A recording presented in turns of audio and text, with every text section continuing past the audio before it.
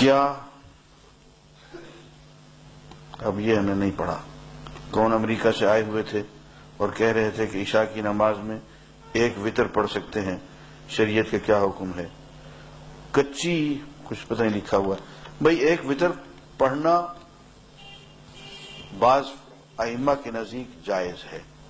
اور دیکھیں، ایک اصول رکھیں، جس بات کو کوئی امام جائز قرار دے دے، آپ اس پہ عمل کریں نہ کریں یہ آپ کی مرضی ہے، لیکن اس کو تانا نہ دیں کہ یہ ناجائز ہے۔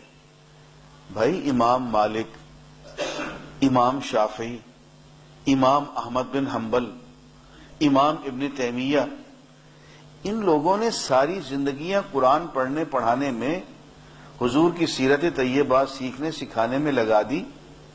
ہم جیسا مولوی جس نے کہ وہ پکی روٹی پڑھ رکھی ہو، وہ اٹھ کے ابو حنیفہ پہ اعتراض کر دے، امام مالک پہ اعتراض کر دے، شافعی پہ اعتراض کر دے، یہ زیب نہیں دیتا۔ جس امام نے جس چیز کو جائز قرار دیا ہے تو اس کے پس منظر میں احادیث کا انبار لگا ہوا ہے۔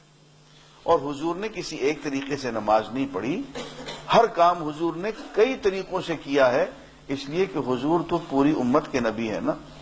تو لوگوں کے ذوق الگ الگ ہوتے ہیں، کوئی کسی ذوق کا ہوتا ہے، کوئی کسی ذوق کا ہوتا ہے۔ حضور اکرم صلی اللہ علیہ وسلم نے ہر ذوق کے لوگوں کے لیے عبادت کر کے دکھا دی ہے۔ اب جو چاہے تم اپنا لو۔ اب دیکھیں نا، یہ دعا مانگنے کا طریقہ ہے۔ آپ دعا یوں بھی مانگ سکتے ہیں، یوں بھی مانگ سکتے ہیں، یوں بھی مانگ سکتے ہیں۔ حضور نے تینوں طریقے سے مانگی، یوں بھی مانگ سکتے ہیں، یوں بھی مانگ سکتے ہیں، اور یوں بھی مانگ سکتے ہیں۔ تو حضور اکرم صلی اللہ علیہ وسلم ہم سب کے نبی ہیں۔ دیکھیں، ایک بات کو اچھی طرح سے یاد رکھیں، اور یہ بات صرف اس کی سمجھ میں آئے گی جو دل والا ہوگا۔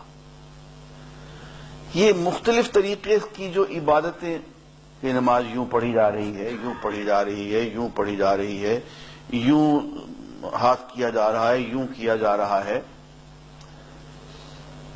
ڈاکٹر حمید اللہ مرحوم سے کسی نے یہ سوال کیا کہ جی حضور نے نماز پڑھی ہے تو یہ اتنے الگ الگ طریقے کیوں ہیں؟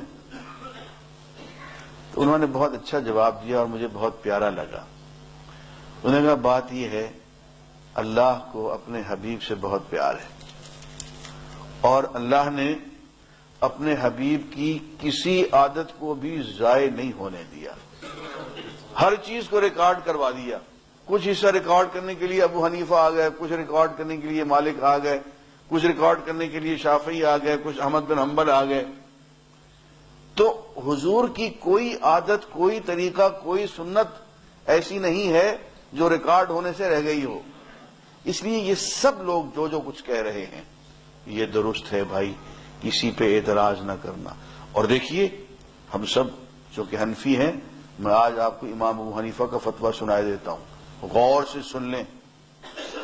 امام ابو حنیفہ رحمت اللہ علیہ نے کہا ہے کہ حضور کے ہر طریقے کے مطابق کم از کم زندگی میں ایک مرتبہ نماز پڑھ لینا واجب ہے۔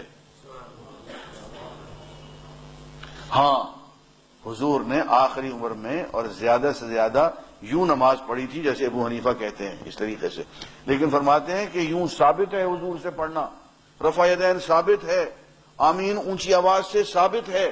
تو زندگی میں کم از کم ایک مرتبہ وہابیوں کے طریقے سے نماز پڑھنا واجب ہے، شافعی کے طریقے سے، احمد بن حنبل کے طریقے سے، امام مالک کے طریقے سے۔ امام مالک تو ویسی نماز چھوڑ کے پڑھتے ہیں، مانتے ہی نہیں مالکی۔ تو تمام ائمہ کے طریقے سے زندگی میں کم از کم ایک مرتبہ نماز پڑھنا واجب ہے بھائی۔ اس لیے یہ جھگڑے کی بات نہیں ہے، دلوں کو کشادہ کرو۔ ایک شخص جو کہ یہاں ہاتھ باندھ کے پڑھ رہا، کیوں باندھ کے پڑھ رہا ہے بھائی؟ اس کو یہ خیال ہے کہ حضور نے یوں باندھی تھی، تو یار حضور کے اقتداء میں کر رہا ہے نا، حضور کے پیار میں کر رہا ہے نا، تو ہماری نظریں حیا میں جھکنی چاہیے کہ حضور کا اتباع کر رہا ہے۔ وہ یہی سمجھتا ہے کہ حضور نے یوں ہی پڑھی ہے تو پڑھنے دو یار، جھگڑے کی گنجائش نہیں ہے۔